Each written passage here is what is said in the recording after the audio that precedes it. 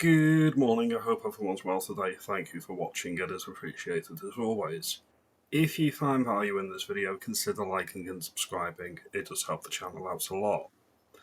There's been a bit of movement on what's going on geopolitically between America, Britain and Europe, and I want to try and make a bit of sense of it and sort of rationalise it and sort of get my ducks in a row and where I think we're going and where we should go. So the first thing I want to mention is that we've had Dame Emily Thornberry saying that the United States action in Venezuela is not legal. That's sort of neither here nor there. It doesn't really matter. And I'm going to get into why in a moment or two. The first thing we need to do is we need to unpack history a little bit. So I do apologise if a lot of people know about this, some people might not, so I just want to go over this briefly. Up until about World War II, I would say, Britain was the preeminent power on the world stage. We had a huge empire, and essentially we bankrupted ourselves to liberate Europe, specifically France, from the mid-century Germans. On the back of that, America took our place on the world stage as the number one, and we essentially paid back a lot of loans, nearly bankrupted ourselves, lost our empire, but we get to tell ourselves we've done the right thing, we get to tell ourselves we liberated Europe, we get to tell ourselves we're the good people. What thanks did we get from the continent, really? France blocked us joining the EEC. I think it was twice before we finally joined in the 1970s. And since then, we've had a mass of politicians, and they're all fucking clueless.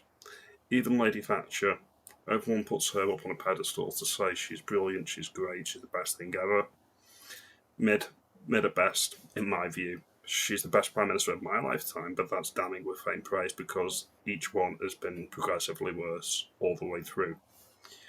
When they say it breaks international law, and when they say this isn't the way we do things, not necessarily, and usually, and history has proven this time and time again, might is right, usually. Gunboat diplomacy is back on the table, and everyone needs to get in line with that new reality. When Russia invaded Ukraine, did it do it because it was concerned with international law, or did it do it because it sensed weakness in the West under Joe Biden? Would Russia have gone into Ukraine if Trump had won his second term in 2020? I would say no. Look at this, for example. This is from Ed Davey. He says the cop-out isn't good enough from the Prime Minister's statements on the Venezuela situation.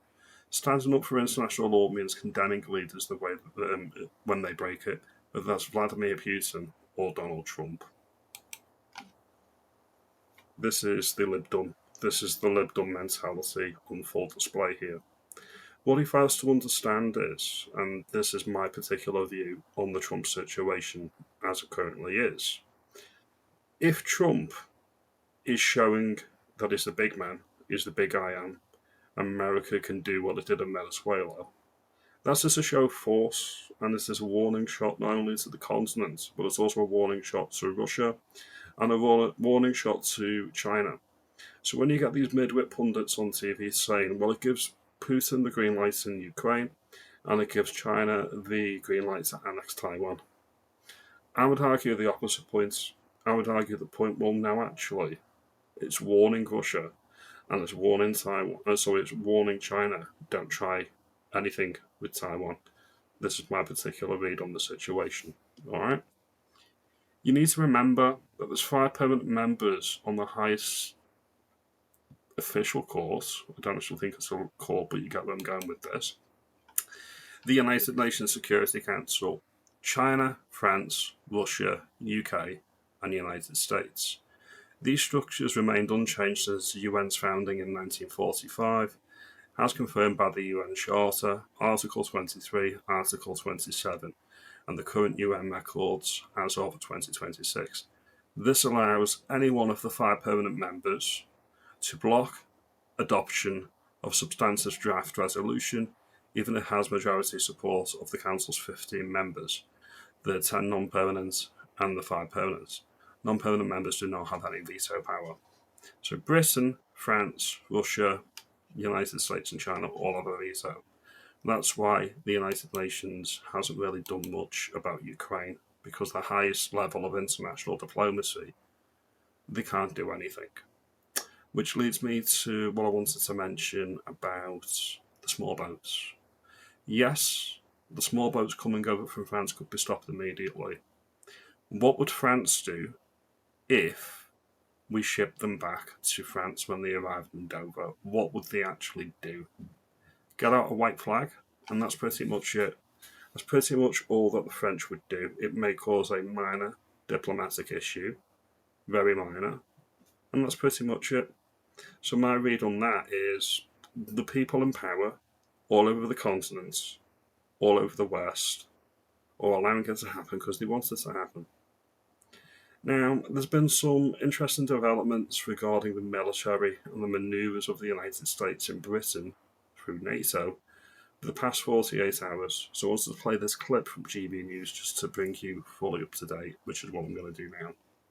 A lot of overnight and early morning movement from the United States Air Force. We've seen several C-17 heavy lift air cargo planes arriving into two RAF bases where the US has extensive presence, which is Milton Hall in Suffolk and RAF Fairford in Gloucestershire. What you're seeing on your screens right now is an AC-130J gunship that arrived into the United Kingdom this morning. Now, it's been around for several decades, but that particular variant is known for close air support, usually supporting special forces on the ground and providing a lot of oversight. It's also important to note that the two air bases where these C-17 aircraft have arrived from in the United States, in Kentucky and in Georgia, now they are from the same air bases that provided the forces we saw launching that daring raid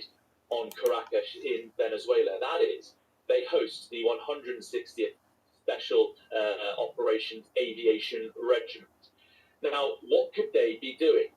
Could they be in the United Kingdom, this surge in activity, to prepare for further deployments beyond the UK? Could they be heading to the Middle East? What could they be doing? What you're seeing on your screens right now, that is footage of US forces last month boarding and detaining a Venezuelan oil tanker after the Americans put in their southern Caribbean blockade since September. We've seen that ginormous build-up of forces in the southern Caribbean. This is important because it shows that Britain is the most reliable strategic partner of the United States. President Trump has given Britain an out when he says that mass migration is destroying the continent of Europe and mass migration is destroying Western civilization, and J.D. Vance mirrors and echoes these sentiments in statements on the continent last year. He's given the continent an out. You do not have to choose this path. You can choose a better path, a path that will preserve our cultural identities and civilization. This, I wouldn't say it's encouraging because it's still got that prick tooth here in government, but this is the alliance, this is the Western alliance on display. When America was hard up against it, they use our bases. Now, when America became the global superpower and sort of supplanted Britain in the grand scheme of things, a lot of our military bases, not just here, but obviously all over the world, they're used by America as and when they need to, as part of the strategic partnership that America has. Yes, they're the top dog. That comes with consequences. We're not the top dog, and so we are dependent on America for military assistance. All right? So when people say, well, Russia could invade Britain, well, no, we're a nuclear power, that's never going to happen. We could be invaded. Well, we are being invaded, and it's being done on purpose by our governments. These are all political decisions that America's warning us against. And I think it's highly likely that's what we could see happening rather closer to home. Because earlier this morning we saw some P-8 Poseidon patrol and reconnaissance aircraft. That's that picture there for you now. This is taken by an airplane spotter we've seen on social media.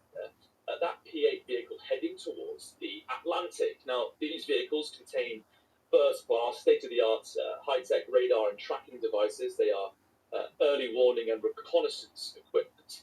So what are they doing going towards the Atlantic? Could be for a number of reasons. Could be tracking Russian submarines and other assets in the area. But I think it's likely they're looking towards a Venezuelan tanker known as the Bella 1, which for over 2 weeks American forces have been tracking. It started its journey in Iran last year, was approaching Venezuela in late December, and when it reached that blockade door we were speaking about earlier, US Coast Guard tried to board it, but the crew of the empty vessel, the Bella 1, said no, and they turned around. So we'll leave that one there. I want to play a clip from, I think it's nearly 40 years ago, and this is Lady Thatcher in the 1980s. This arrangement of America using British bases, it's been going on since World War II. Again, a lot of people may not know this, but as part of the NATO arrangements. But there is nuance there. The host nation of the base needs to give permission. In 1986, Margaret Thatcher received an urgent and secret request from the American president. Ronald Reagan asked her to let him use British air bases for an attack on the Libyan president, Colonel Gaddafi. The Prime Minister agreed. France and other European allies had refused. It had the effect of cementing the Anglo-American alliance. There's another point. What's the good of having bases if when you want to use them you're not allowed to by the home country? It made America realize that Britain was her real and true friend when they were hard up against it and wanted something, and that no one else in Europe was. They're a weak lot, some of them in Europe, you know. Weak, feeble. This is the thing. Britain has become a weak and feeble nation under bad management and leadership from successive governments. And as I say, you may look at that video and you think, well, Lady Thatcher was a good Prime Minister. She was adequate. She wasn't great. I'm going to end this clip here. There's two levels of politician, but there's two levels of people that are controlling the immigration situation that we've got. And I'm not just talking about mass migration or the small boats, I'm talking about both.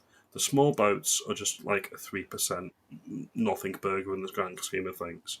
It's just very, very visible. There's politicians like Keir Starmer, and they're so terrified of doing anything that could be seen as potentially controversial that they do nothing. Dad, please, I'm only an elected official here. I can't make decisions by myself. Then you've got the supranational organisations, whether that's the WEF or other organisations like this. And this is all being done by design. But the actual elected politicians that we have, they're just so scared that they're going to annoy the paymasters, in my view. Again, call me old-fashioned. When we elect a government to say that we want lower migration, that should be acted on pretty much immediately. If that means that our economy shrinks, so be it. The point that Trump has demonstrated is, if there's a political will, you can do it. Now, with the Americans' position on mass migration to Europe, if Britain started turning the small boats back to France, do you think anything would happen? Our biggest and closest strategic partner is on our side in this particular instance, and I don't think anything would happen. The only thing that would happen is the cottage industry, the grift around the mass migration of the refugees over the channel would collapse. All the human rights lawyers, like Shabana Mahmood, Keir Starmer, Sadiq Khan, Lord Hermer, all of these people will be out of, well, all of their buddies, all of their friends that love this international rules-based order, all of these people that own the hotels, all of these people that have a vested interest in keeping the grift going, all of them would have an issue, and this is why the political will's not there. Now, this is just my thought. But might, it seems to be right. If you show force, you get things done. Russia has proven this. Again, I'm not supporting Russia. America's proved this. And power respects power. Think about it in the playground when you used to get picked on. They hit the people that don't hit back. And it's the same in diplomacy, gunboat diplomacy in this regard. It's the same. It's exactly the same. As I say, I think we need to make our bed, and that bed needs to be with America. Maybe rebuild the empire. Anyway, I hope you enjoy the video, and I appreciate your time. Have a good day.